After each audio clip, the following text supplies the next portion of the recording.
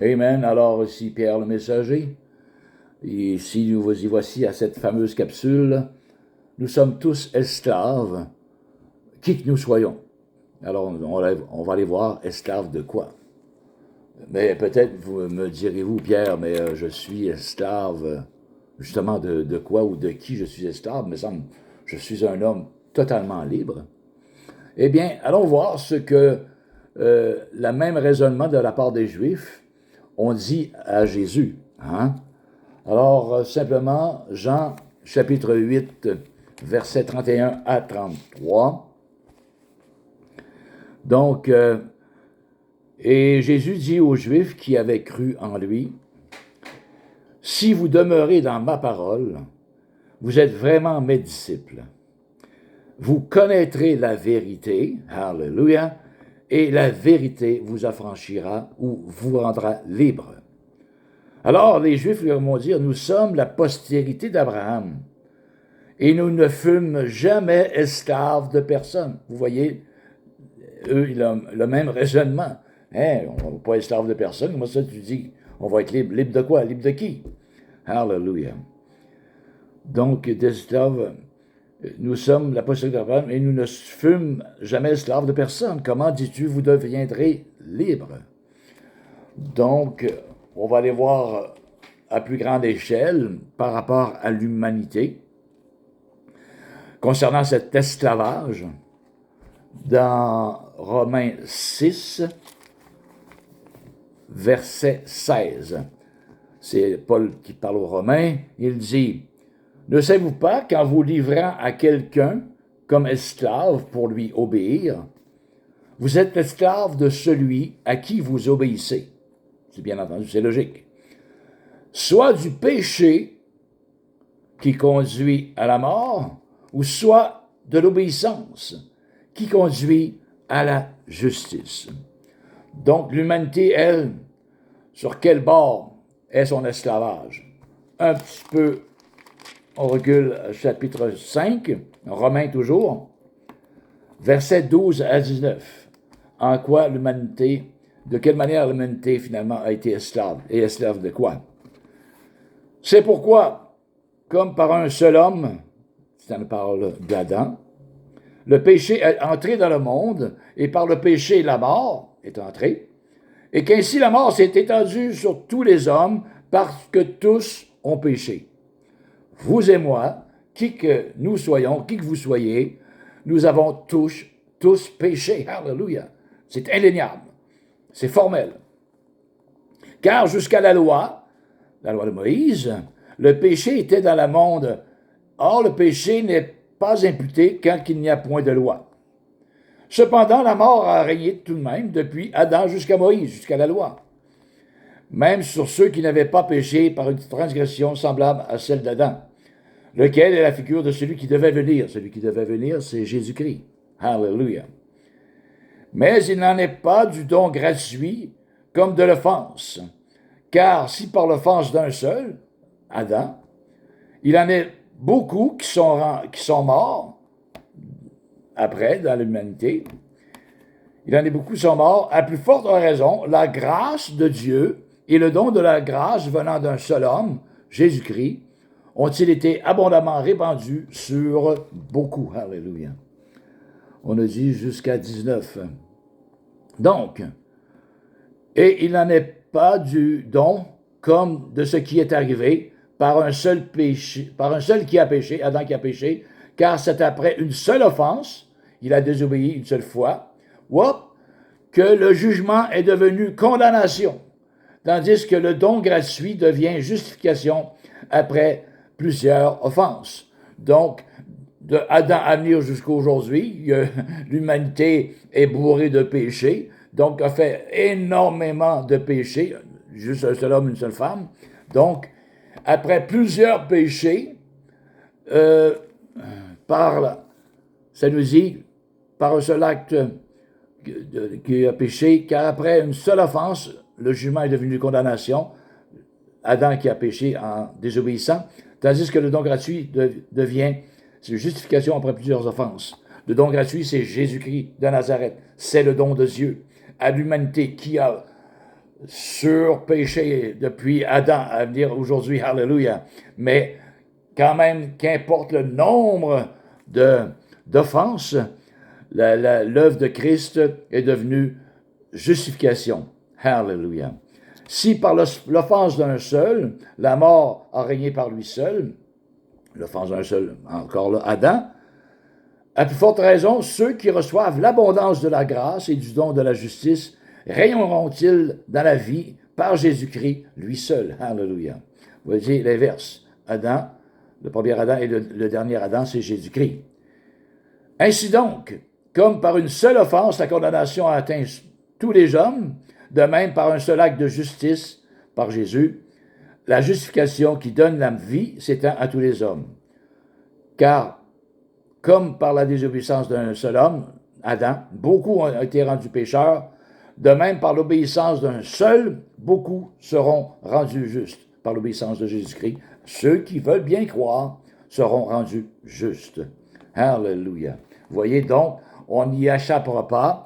Le péché est entré dans le monde par un seul homme et a atteint tous les hommes, ainsi que la mort a atteint tous les hommes également à cause du péché. Mais, gloire à Dieu, à cause de l'acte dont Jésus a fait sur la croix, il en a justifié beaucoup, ceux qui y croient seulement. Donc, qu'importe le nombre de péchés que vous avez, par un seul acte de justification, par la croix de Christ, vous êtes pardonnés de tous vos péchés, de toutes ces offenses. Alléluia. N'est-ce pas merveilleux? Amen. Donc, OK, parce qu'on sait bien que la nature elle-même, elle est pécheresse. Donc, esclave du péché, ça veut dire quoi? On peut être esclave du mensonge, esclave du vol, esclave de la cigarette, esclave de la gloutonnerie, en se disant, ben c'est plus fort que moi, je n'y peux rien, c'est plus fort que moi. Donc si la chose est plus forte que toi, c'est donc que tu es soumis à cette chose-là, tu es esclave de cette chose-là, n'est-ce pas?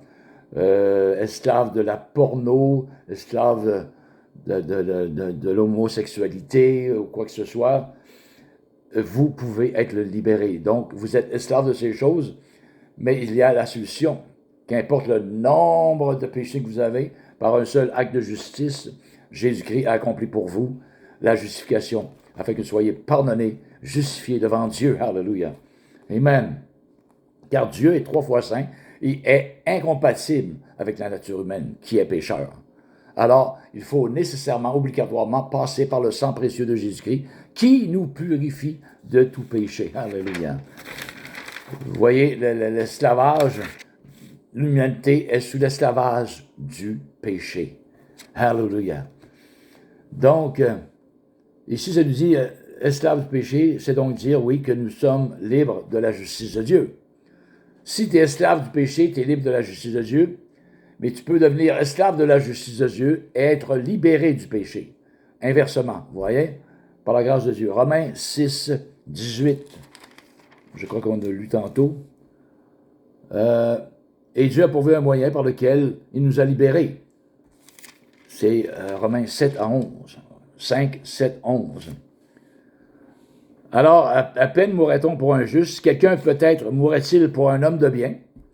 Mais Dieu prouve son amour envers nous, l'humanité, en ce que lorsque nous étions encore des pécheurs, Christ est mort pour nous. Alléluia, à notre place, par amour.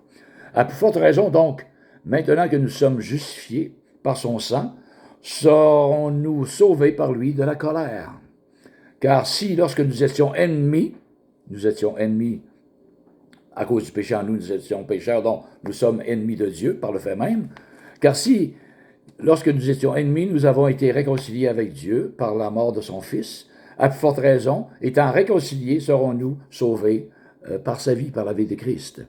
Et non seulement cela, mais encore, nous nous glorifions en Dieu par notre Seigneur Jésus-Christ, par qui maintenant nous avons obtenu la réconciliation. Alors, c'est Jésus, entre Dieu et les hommes, qui fait la réconciliation par son précieux sang. Il nous pardonne de tout péché, il nous justifie, nous purifie, nous rend justes justement devant Dieu. Et à ce moment-là, nous pouvons devenir esclaves de la justice et être libérés du péché. Alléluia. Amen. Mais qu'est-ce que Paul nous dit? Paul était un pécheur. Oui, à un moment donné, sur le chemin de Damas, il s'est converti, il a rencontré le Seigneur, il lui a dit, pourquoi me persécutes-tu, dit le Seigneur, etc., etc.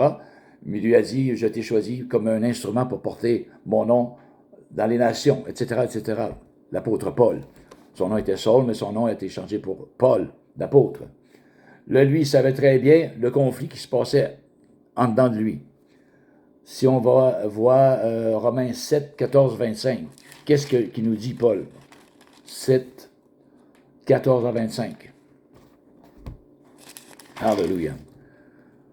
Bon, nous savons en effet que la loi est spirituelle, mais moi je suis charnel, vendu au péché. Voici, esclave au péché. Okay, vendu au péché. Car je ne sais pas ce que je fais, je ne fais point ce que je veux et je fais ce que je hais. Vous voyez les deux, la bataille, le conflit qui est dans lui. Là. Or, car je ne sais pas ce que je fais, je ne fais point ce que je veux, et je fais ce que je hais. Or, si je fais ce que je ne veux pas, je reconnais par là que la loi est bonne. Si je fais ce que je ne veux pas, je reconnais que la loi est bonne, et maintenant, ce n'est plus moi qui le fais, mais c'est le péché qui habite en moi.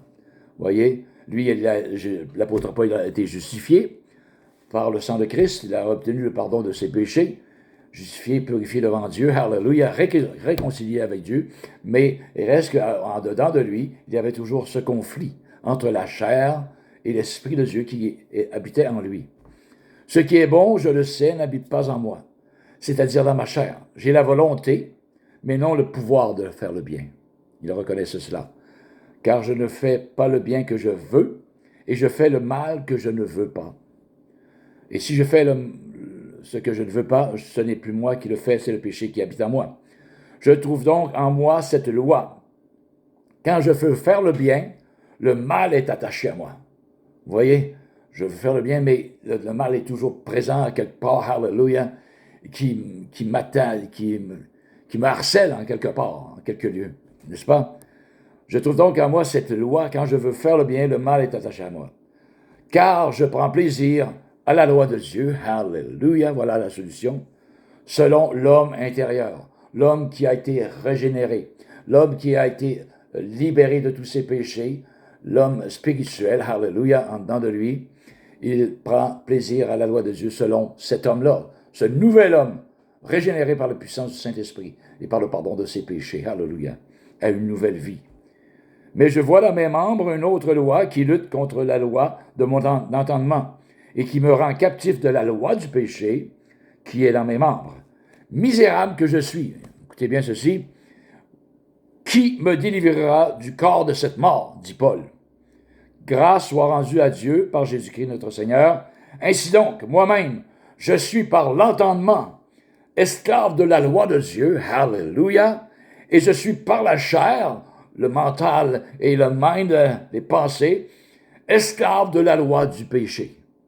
Amen. Alors on voit ces deux esclavages-là.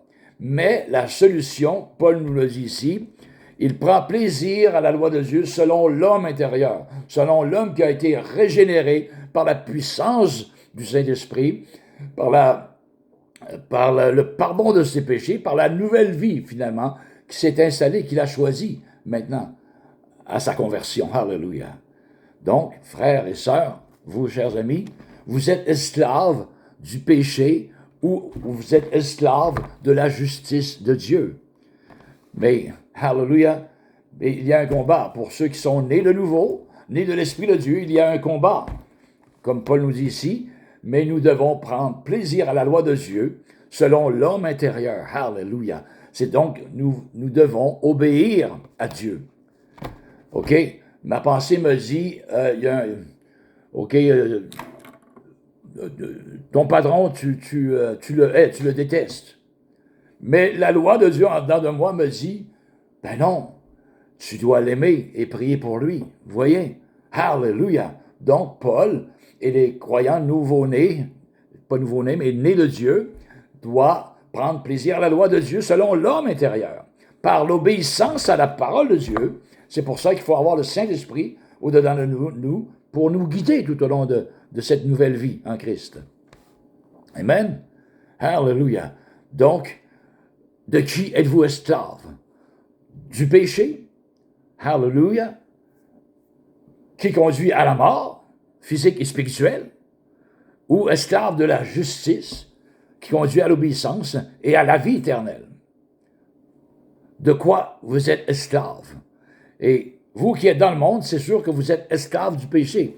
Vous qui n'avez pas, hallelujah, la recette pour sortir de cet esclavage-là, comme j'ai dit au début, vous dites peut-être comme les Juifs, je suis esclave de personne. Eh oui, la parole de Dieu nous dit que nous sommes esclaves du péché. Qui que nous soyons, comme on a lu tantôt, par un seul homme, le péché est entré dans le monde et la mort s'en est suivie. La condamnation qui a atteint tous les hommes. Le péché a atteint tous les hommes. La condamnation a atteint tous les hommes. Donc, vous ne faites pas exception. Ah, ben moi, j'ai ma religion, puis je vais à la confesse à M. le curé une fois par mois, puis tu es pécheur, tu as besoin de te confesser à Jésus-Christ de Nazareth, au Père, hallelujah. Et lui va te pardonner de A à Z, de ta naissance à venir aujourd'hui. Amen. Et tu vas naître de nouveau, naître spirituellement parlant, hallelujah. Amen. Et Dieu va te donner son Saint-Esprit si tu le demandes par la suite. Et à ce moment-là, tu vas vivre en nouveauté de vie. Et Dieu va te donner d'être plus que vainqueur sur la chair, sur le péché et sur ton esclavage que tu avais auparavant. Tu es esclave de la pornographie, Dieu peut te libérer. Tu es esclave de voler à l'étalage, Dieu peut te libérer. Hallelujah. Tu es esclave de l'homosexualité, c'est plus fort que moi, Dieu peut t'en libérer. Tu es esclave de toutes sortes de péchés finalement, de la gloutonnerie, c'est plus fort que moi, Dieu peut t'en libérer. Chers amis, hallelujah. Amen. Fais de lui ton sauveur et ton Seigneur, Jésus-Christ de Nazareth. Et il te sauvera, il te libérera de toi-même. C'est ça, à la base, tu as besoin d'être libéré de toi-même. C'est ça la réalité. Amen. Parce que ton toi-même appartient à ce monde et à la chair. Hallelujah. Mais ton toi-même doit être crucifié à la croix et faire vivre l'Esprit de Dieu qui va venir naître en toi, qui va te faire naître de nouveau. Et tu vas vivre à partir de cet esprit-là, de cette nouvelle résurrection-là en esprit. Amen. Et Dieu te donnera la victoire. Amen. Si tu persévères jusqu'à la fin. Si, S-I, hallelujah, très important. Amen. Donc, es-tu esclave du péché? Es-tu esclave de la justice de Dieu? Aimerais-tu ne plus être esclave du péché et devenir esclave de la justice de Dieu? Oui. Amen. C'est tant mieux parce que la vie éternelle t'est réservée. Ce n'est pas une bonne personne qui va aller passer l'éternité au ciel. L'enfer va être rempli de très bonnes personnes. Amen, je vous le dis. L'enfer va être rempli de très, très bonnes personnes. Malheureusement.